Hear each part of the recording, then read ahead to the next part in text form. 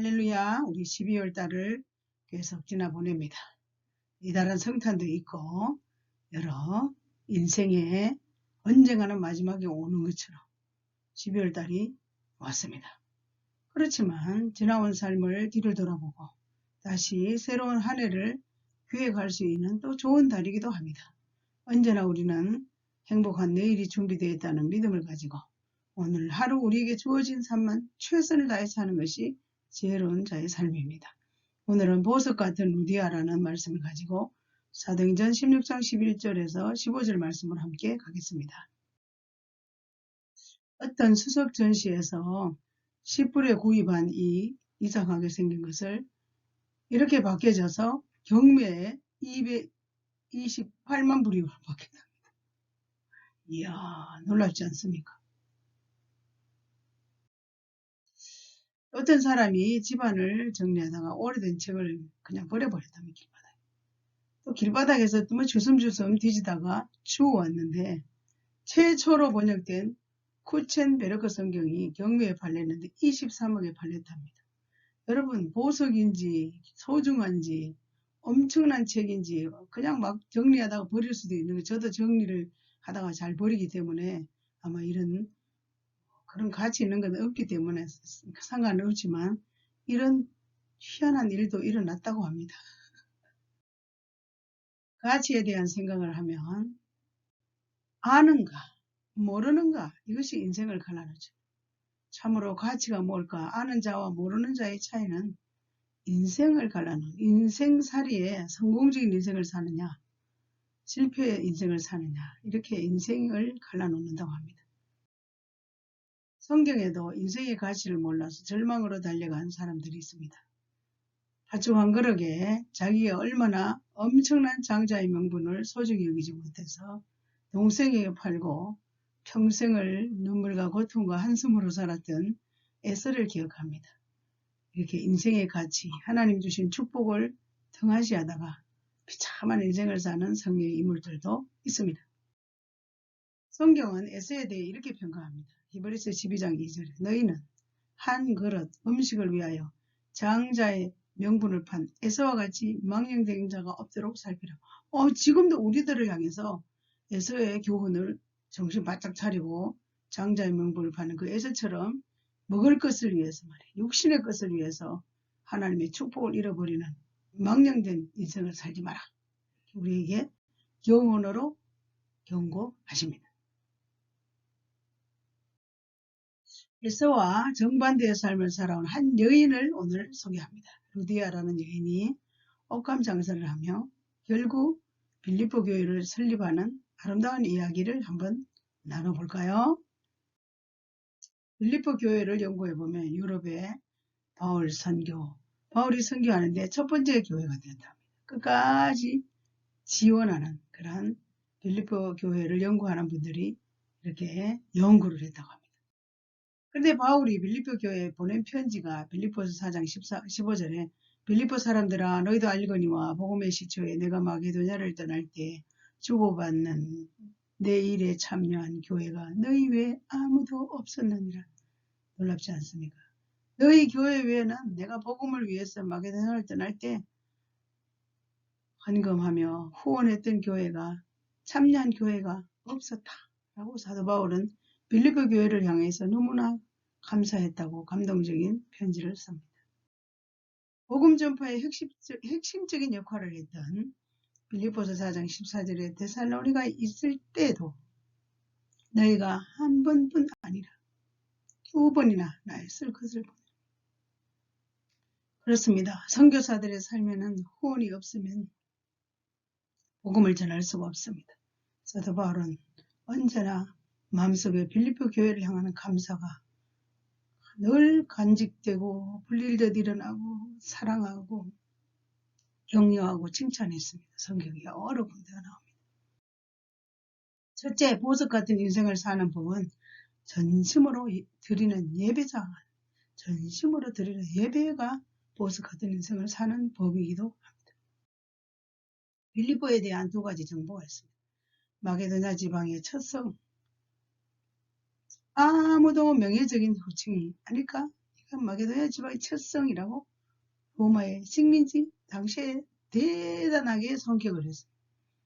그리고 세계 역사를 바꾸는 전쟁이 있었다고 합니다. 옥타비아누스와 안타니우스의 전쟁으로 승리하느냐 실패하느냐 이러한 빌립보에 대한 두 가지 이런 정보들이 있었다고 합니다. 빌립보 전쟁에 안타니우스가 승리한 뒤에 자신의 이름을 가이사 아구소도라고 바꿨다고 합니다. 그래서 성경은 누가복음 2장 1절에 그때 가이사 아구스도가 옥티비아누스 장군의 이름입니다. 영을 내려 천하로 다 호적하라 했습니다. 법이 생겨을 했습니다. 천하에 호적하러 가라. 그래서 예수님도 호적하러 가는, 부모와 함께 가는 그런 일들이 있었습니다. 승리의 기념은 빌립보 도시 식민지로 선격했습니다. 모든 것을 지원했고 로마 시민권을 줬고 세금도 면제했고 노예는 한 명씩만 두기로 하고 십자가형도 불가했어. 십자가형을 없애버리는 그러한 승리의 기념으로 빌립보 도시의 식민지로 선격할 때 이런 일들이 일어났다고 합니다.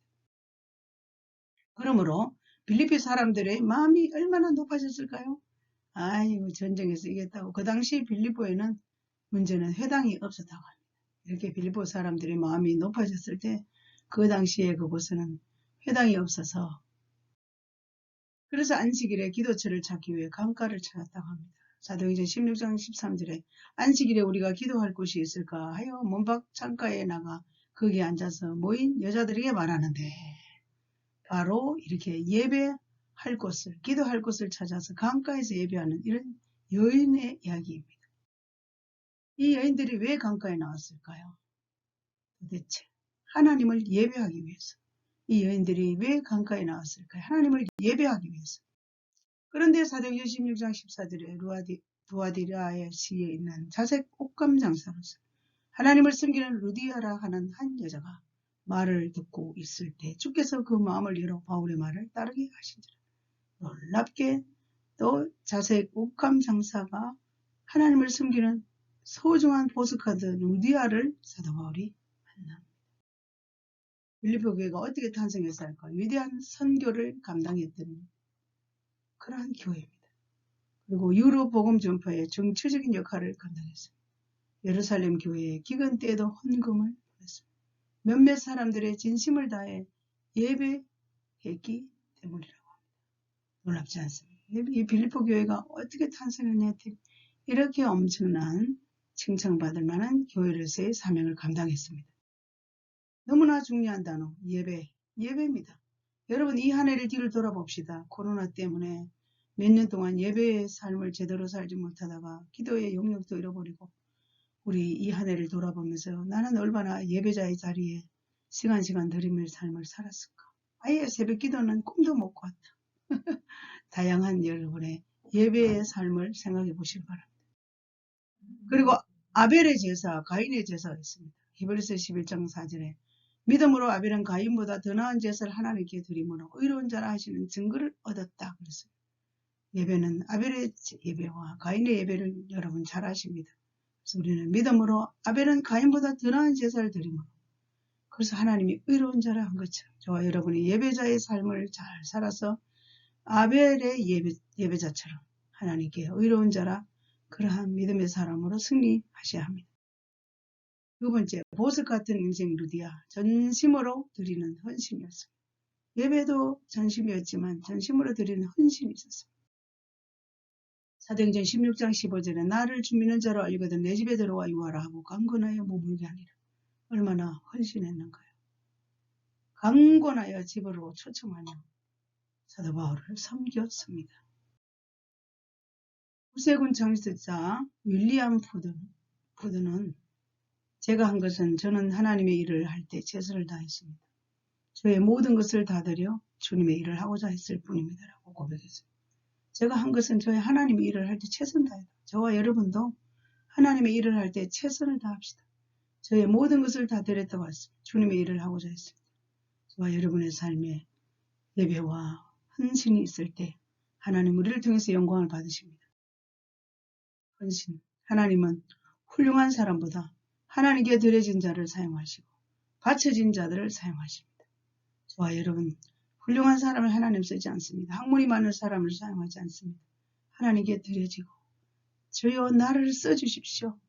바쳐진 자들을 하나님이 사용하시고 내게 있는 모든 것들이 주님의 것입니다라고 헌신의 중심을 가진 자들을 하나님은 지금도 여전히 사용하고 계십니다. 보리떡 5개와 물고기 2마리에 주님의 손에 드릴 때 5병이의 기적을 저와 여러분은 합니다. 5,000명을 먹이고 12광주를 남았다. 이것은 세상에서도 그리고 믿는 사람들도 믿어야 될까요? 말아야 될까요? 혼란이 올 정도의 초자연적인 기적을 저와 여러분은 잘 알고 있습니다. 헌신, 하나님은 훌륭한 사람보다 하나님께 드려진 자 그리고 바쳐진 자들을 사용하십니다. 하나님께 드려진 인생은 절대 망하는 법이 없습니다. 사랑하는 여러분, 12월 한 달 우리의 인생의 삶을 뒤를 돌아보며 내가 얼마나 하나님께 드려진 인생으로 살았는가. 우리의 인생에 절대 망할 일이 없다는 것. 하나님께 드려진 인생을 사는 자의 축복이기도 합니다. 보석 같은 인생을 사는 방법은 하나님의 손에 나를 드리는 것입니다. 저와 여러분이 이 땅에 천년만년 사는 것이 아닙니다. 오늘이라도 우리의 사명이 끝나면 주님 앞에 가야 합니다. 이 땅에 사는 날 동안에 보석 같은 인생을 사는 방법이 하나님의 손에 나를 드립니다. 나의 있는 모든 것들을 드릴 수 있는 그런 헌신의 삶을 사는 자가 하나님이 가장 보석 같은 인생을 사는구나 이렇게 칭찬하십니다. 보석 같은 루디아에 대해서 오늘 함께 나눴습니다. 여기 한 무리의 여인이 있었습니다. 예배 장소조차 없었지만 강가에 나가 매주 전심으로 예배하였습니다. 사람들은 몰랐습니다. 하나님 보고 계셨습니다. 그들의 예배에 바울을 보내시고 마음을 열어 복음을 받게 하시고 루디아는 자신의 집을 열어 전도의 장소로 내놓습니다. 하나님은 루디아의 헌신을 지켜보셨습니다. 하나님은 루디아를 통해 아름다운 빌립보 교회를 세우셨습니다. 우리도 12월 달을 보내면서 이 한 해 삶을 돌아보고 예배를 회복해야 합니다. 하나님께 우리의 모든 자원을 올려드리는 보석 같은 인생이 되시기를 주님의 이름으로 축원합니다. 할렐루야. 감사합니다. 할렐루야. 12월 한 달 이 한 해를 마감하고 새로운 한 해를 시작하지만 우리 영혼 속에 하나님을 향해서 나도 보석 같은 루디아의 인생처럼 살아갈 수 있을까? 또 살아왔을까? 우리 자신들이 하나님 앞에 드림의 삶을 살고 하나님 우리를 주목하시고 바라보실 때마다 늘 너로 인하여 기쁨을 감추지 못하노라라고 우리 주님의 기쁨의 대상이 되시기를 주님의 이름으로 축복합니다.